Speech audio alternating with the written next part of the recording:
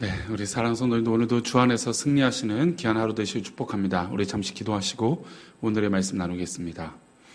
하나님 아버지 감사합니다. 오늘도 주의 은혜 가운데 우리 사랑하는 우리 교회 성도들이 주 앞에 있게 하여 주시고 하나님께 영광 돌리며 살아가는 오늘 하루가 되게 도와주옵소서.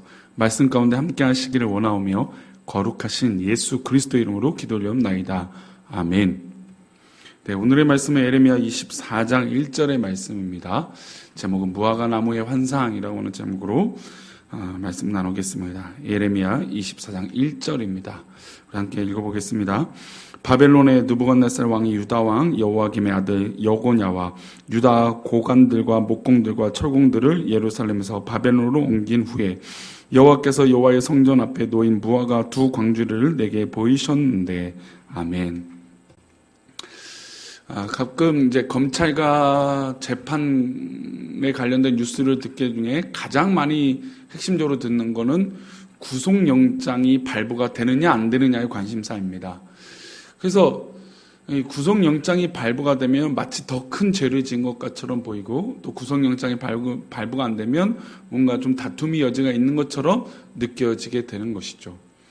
그런데 그러다 이런 요소들을 볼 때 이 판사들의 얘기들을 들어본 적이 있는데, 판사들의 이야기는 어떤 이야기였냐면, 분명히 죄가 있는데 그것을 순수 인정하고 또 드러나는 그 모든 모습을 달게 받겠다라고 하는 자세를 갖고 있으면 사람인지라 구속을 하지 않거나 아니면 좀 이 감형을 한다는 느낌이 있을 때가 훨씬 많다고 합니다. 그런데 분명한 죄가 있고 하는데도 불구하고 뻔뻔하고 또 그 죄를 뉘우치지 않고 또 전혀 그런 이 변화된 모습이 보이지 않으면 이 괘씸죄 같은 모습으로 재판을 판결할 때도 있고, 또 구속영장을 발부하는 때도 그런 이 생각들을 가지고 판단할 때가 있다라는 것입니다.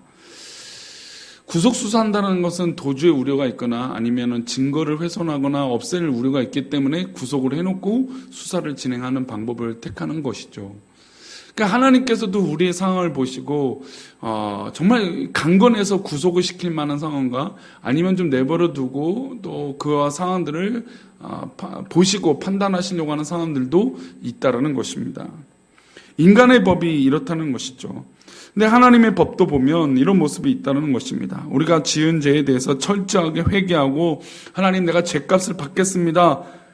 그러면 하나님께서도 우리를 모질게 다루지 않으시죠. 하지만 끝까지 죄를 인정하고 강팍한 마음으로 사는 사람들, 인정하지 않고 자신의 죄를 인정하지 않고 강팍하게 있는 사람들을 하나님께서는 무서운 심판으로 그들을 다스리기도 한다는 것이죠.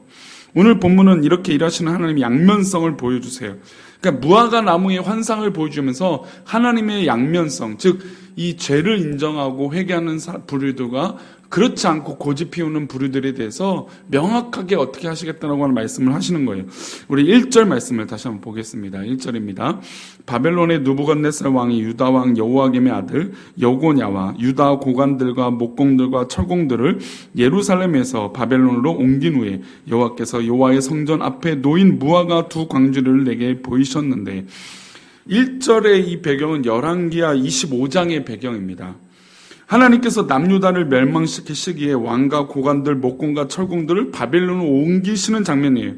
느부갓네살 이 바벨론의 왕이 쳐들어와서 예루살렘 성을 포위했습니다. 그리고 복음로를 차단했죠. 성한 사람들은 견딜 수 없고 굶주리게 됐습니다. 성벽은 무너지고 성문도 불탔습니다. 그나마 남은 것이 이제 성전이었어요. 그러나 성전도 불타고 성전 그릇들도 바벨론으로 옮겨지는 그런 참혹한 일을 겪게 됐습니다. 근데 이때 하나님께서 예레미야 선지자에게 두 가지의 환상, 이 무화과 두 광주리 환상을 보여주세요. 우리 2절 말씀을 보겠습니다. 2절입니다. 한 광주리에는 처음 익은 듯한 극히 좋은 무화과가 있고, 한 광주리에는 나빠서 먹을 수 없는 극히 나쁜 무화과가 있더라.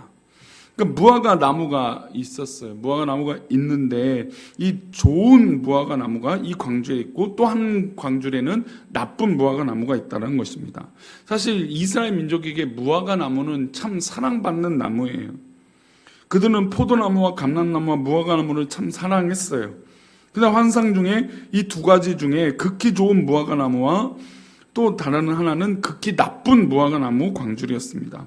그럼 나쁜 것은 무엇을 의미하고 좋은 것은 무엇을 의미할까요? 먼저 좋은 의미, 우리 5절 말씀입니다. 5절 말씀 보겠습니다. 5절입니다. 이스라엘의 하나님 여호와께서 이와 같이 말씀하시니라. 내가 이곳에서 옮겨 갈대아인의 땅에 이르게 한 유다 포로를 이 좋은 무화과 같이 잘 돌볼 것이라. 하나님께서 말씀하셨어요. 좋은 무화과 나무는 이제 곧 이들이 회복될 것이다. 포로들이 죄가 없어서 하나님께서 좋은 무화과 나무처럼 잘 돌보시겠다라고는 약속이에요. 이들은 포로가 돼서 그들의 죗값을 받았습니다. 우상 숭배하지 말라 그러는데 바알과 아세라를 섬겼습니다. 가난하고 연약한 백성들 정의와 공의, 인자와 사랑을 베푸지 않고 그들의 배만 불렀습니다. 이제 하나님이 이들을 어디로 잡아가게 하신다고요? 바벨론으로 잡아가게 하신대요. 근데 왜 이들을 좋은 나무라고 평가하실까요? 그것은 이들이 바벨론 70년 포로 기간 통해서 그들의 죗값을 다 치룰 것이기 때문이에요. 그들은 바벨론 포로가 되어서 70년 동안 그 땅에서 고통받고 힘겨워하고 죄를 뉘우칠 시간이 주어졌기 때문이라는 것입니다. 바벨론 그발 강가에 앉아서 고향 땅을 그리워하고 또 자신의 땅을 그리워하며 하나님 앞에서 철저하게 회개할 시간들이 70년 동안 있게 된다는 것이죠. 그래서 이들을 하나님은 좋은 무화과 같이 잘 돌볼 것이다. 그 70년 동안 회개하고 연단됐기 때문에 하나님께서 잘 돌보시겠다는 겁니다. 즉 우리 삶 가운데 어렵고 힘들고 연단이 있다는 것은 결국 하나님께서 우리를 그 시간을 허락하셔서 좋은 무화과 나무처럼 인도해 주신다는 하는 상징성이에요. 그러니까 즉 내 삶 가운데 어려움과 고난과 정말 그런 이 형편의 것들이 있다면 이것이 오히려 우리가 하나님의 돌보심을 받는 너무너무 좋은 터전이 된다는 것입니다. 오히려 이것이 좋은 무화과 나무라는 것이죠. 평안하고 아무 일 없는 것보다 나에게 힘든 일이 있고 고난이 있고 어려운 일이 있지만 이 어려운 일을 통해서 하나님께서 좋은 무화과 나무처럼 관리를 해주시겠다는 겁니다. 그게 바로 연단이고 우리 상황 가운데 하는 기도의 제목들이라는 것입니다. 그럼 반대로 나쁜 무화과 나무는 어떤 열매일까요? 8절을 보겠습니다. 8절입니다. 여호와께서 이와 같이 말씀하시느냐 내가 유다의 왕 시드기야와 그 고관들과 예루살렘의 남은 자로서 이 땅에 남아있는 자와 애굽 땅에 사는 자들을 나빠서 먹을 수 없는 이 나쁜 무화과 같이 버리되. 하나님께서 이 나쁜 무화과 나무를 버리시겠다고 했습니다. 왜 버리신다고 하실까요? 많은 백성들이 포로로 잡혀가는데 미꾸라지 같이 빠져나간 사람들이 있다는 것입니다. 포로로 잡혀서 고난받고 연단받는 게 아니라 그들 가운데 남아있고 빠져나간 사람들이에요. 그 당시나 지금이나 돈의 위력은 바로 그런 것이었어요.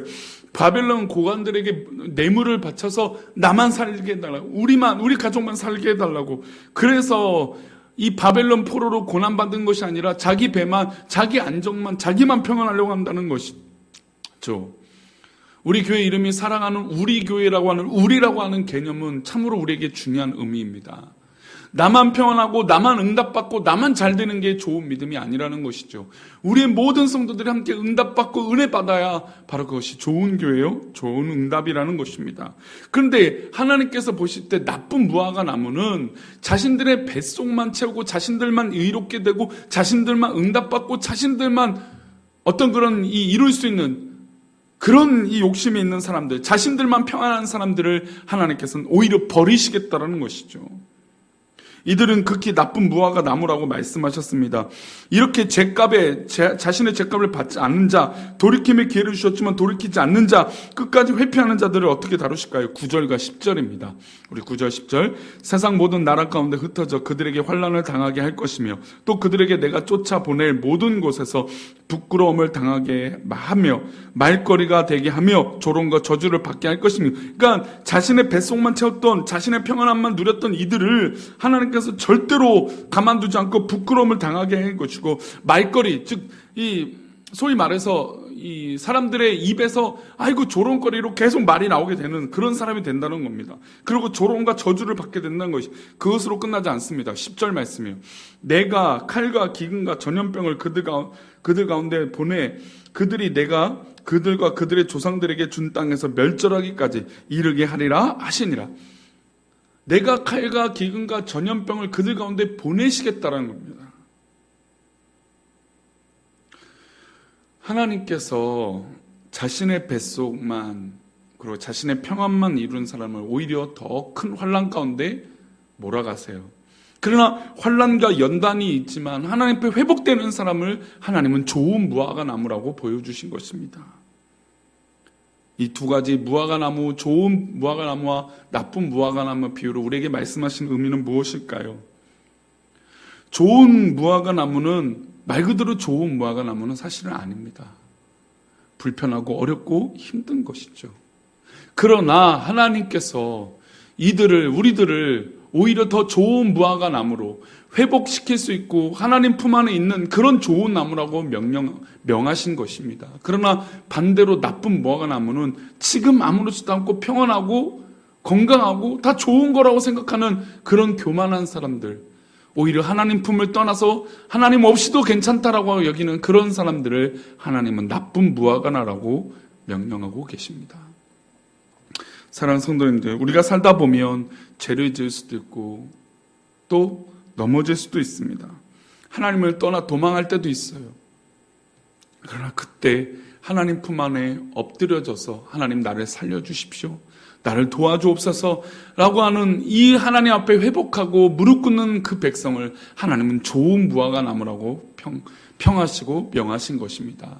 사랑하는 우리 성도님들, 사랑하는 우리 교회 성도님들, 우리 가운데 하나님께서 명하신 정말 복되고 기쁜 감사가 회복되는 좋은 무화과 나무가 우리 모든 성도들이 되시길 축복합니다. 오늘 하루 살아갈 때 내가 좋은 무화과 나무로 하나님 앞에 부끄러움 없이 살아가시는 귀한 하루 되시기를 축복합니다. 그런 의미로 내가 혹시나 나쁜 무화과 나무인지, 아니 내가 하나님 품에 붙들림 받은 백성인지 돌아보며 오늘도 그렇게 승리하시는 귀한 하루 되시기를 간절히 축복합니다. 기도하겠습니다. 하나님 감사합니다. 사랑하는 우리 교회 성도들을 하나님 붙들어 주시고, 오늘 내가 있는 처한 것이 인간적으로 좋은 것인지 나쁜 것인지 판단하기 전에 내가 하나님 앞에 붙들림 받은지 하나님 앞에 있는 것인지 우리가 돌아보게 하여 주옵소서. 우리 사랑하는 성도들이 하나님 앞에 그렇게 붙들림 받고 좋은 무화과 나무처럼 쓰임 받기 원하며 거룩하신 예수 그리스도 이름으로 기도 올리옵나이다. 아멘.